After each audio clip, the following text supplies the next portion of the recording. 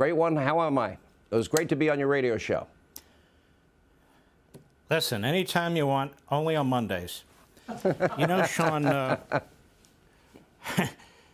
far as Newsom goes, I thought he banned petroleum products, apparently except for his hair. Have you noticed that? Reparations is very interesting. So people who never owned slaves should pay people who never were slaves. You have people who came into this country long after the Civil War. How are we going to deal with this? But even more than that, I think they're on to something about this reparation issue. I've always said this. The Democrat Party should pay reparations. The Democrat Party is the party of the Confederacy. It's the party of slavery. It's the party of segregation.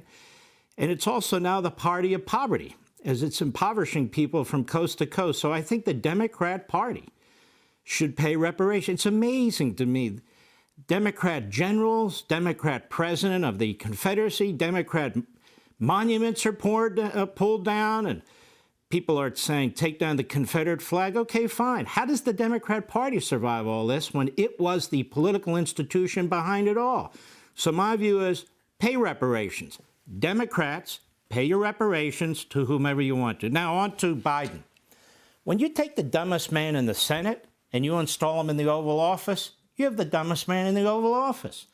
Joe Biden's an economic illiterate. Joe Biden's the guy who said we need to spend more money to beat inflation. When he came into office, as you said, there was no inflation. Interest rates were negligible. Now they're through the roof.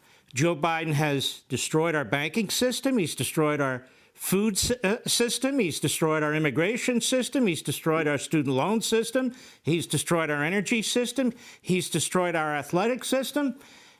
He thinks he's FDR, but I think he's more Herbert Hoover. And moreover, he takes these autocratic powers. You know, at least Mussolini got the trains to run on time. This jerk can't get the trains to run on time or the airlines to fly on time or anything to be done on time, as a matter of fact. I'm very troubled by this because he's proposed a $6.9 trillion budget, which is massive, with almost $5 trillion in tax increases. He plays this Marxist class warfare crap about the rich versus the poor, which accommodates nothing.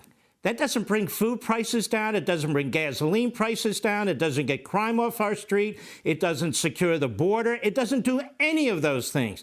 He's constantly throwing shiny objects out there for people to chase, when in fact, he's the shiny object that we need to stay focused on. He is a one-man wrecking ball that has destroyed so much that is good with this country. And he's not done. He's not a moderate. He is Bernie Sanders in Joe Biden's face mask. That's what he is. He's a radical. And by being a radical, he's destroyed this country. Now, we talk about diversity, equity, and inclusion. This bank was essentially a Democrat Party bank. It was doing everything the Democrat Party wants all of our financial institutions to do, all of our businesses to do, which is this idiotic diversity, equity, inclusion, which is against diversity, against real equality, and certainly against inclusion.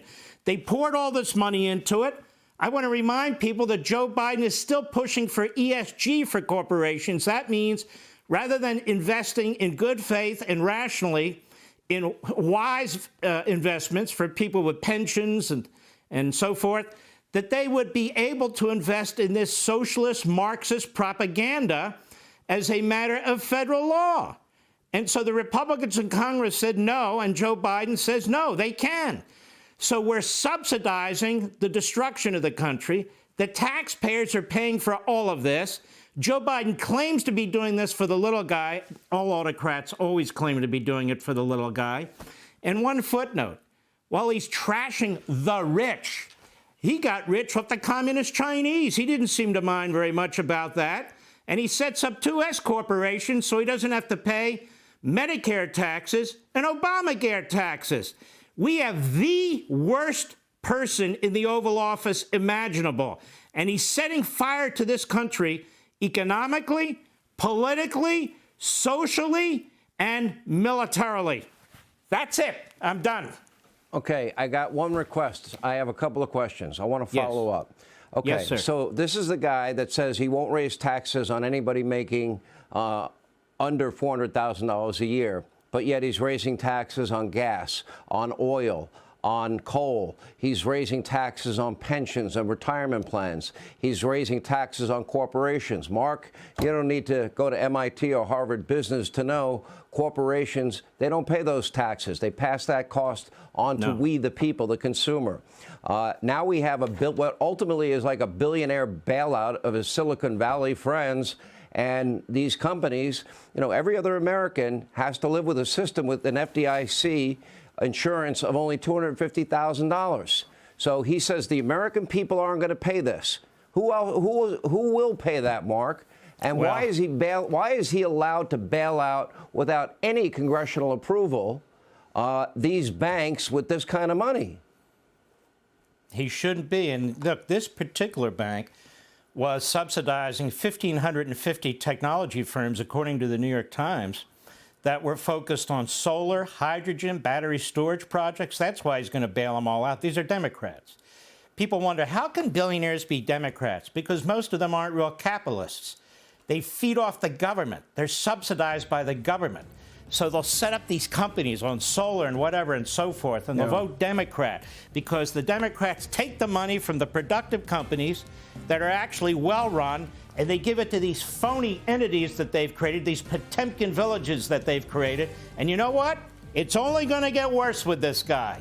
Shortages on electricity, shortages on oil, shortages on food, people coming over the border, and on and on and on. Why? Because he's an idiot, that's why. Now you're really done. All right, Mark.